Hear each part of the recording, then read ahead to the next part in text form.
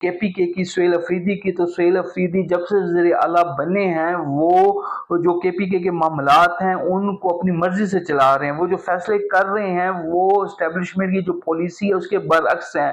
اس کی وجہ صرف یہ ہے کہ وہ عوامی ووٹ کے ساتھ آئے ہیں، عمران خان کی ول سے سیٹ کے اوپر بیٹھے ہیں.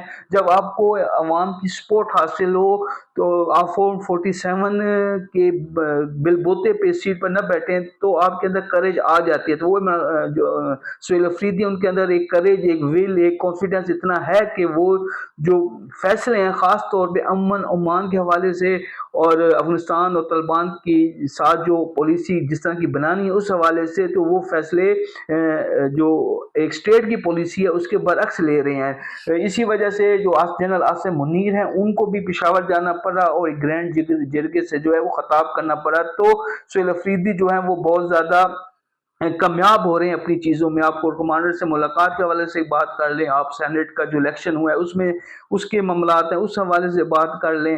آپ ایون دین اگر ان کے وزراء کی جو ابھی 10 وزراء کی انہوں نے سلیکشن کیا جو وزیر بنا ہے ان کو اگر دیکھ لیں، ان کا بیک گراؤنڈ دیکھ لیں تو وہ لوگ بھی ہارڈ لائنر ہیں. تو جو سہیل افریدی ہیں وہ ہارڈ لائنر ٹائپ کے جو لوگ ہیں جو بہت زیادہ عمران خان کا جو ایک موقف ہے، جو عمران خان کا ایک ویژن ہے اس کے اوپر کھڑے ہیں. ان لوگوں کو فرنٹ پر لے کر آ رہے ہیں. بیرسٹر سیف جیسے بندے کو بھی انہوں نے فارغ کر دیا. تو اس کا مطلب یہ ہے کہ سہیل افریدی جو ہے وہ اپنے چیزوں کے اندر کامیاب ہو رہے ہیں.